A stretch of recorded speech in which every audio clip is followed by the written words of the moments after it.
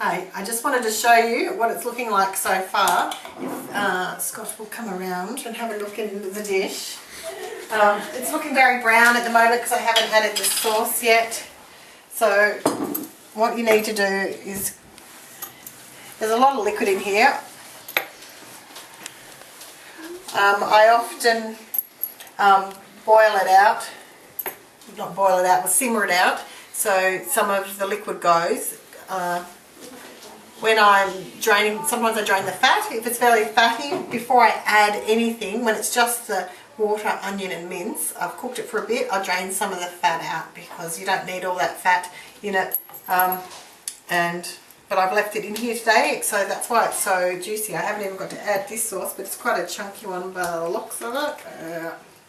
It is. And how I know my spaghetti is right is by the colour of it. I like it to look like a real deep, rich red colour, and then it is ready. That's how I know. You can taste it as well, of course. Tasting always helps.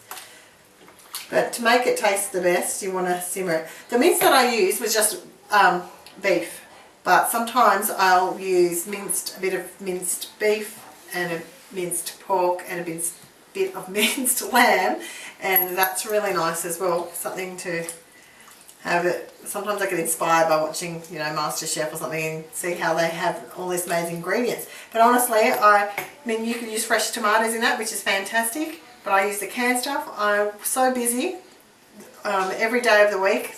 The kids have sport. Have to try and fit cooking in between it. So I'm going for the fastest, easiest thing that I can do, and still trying to keep it healthy and having some good stuff in it. So this is not the colour that I want. I'm going to want it redder than this. So I'm just going to grab the tomato paste and I'll add some until I like the colour.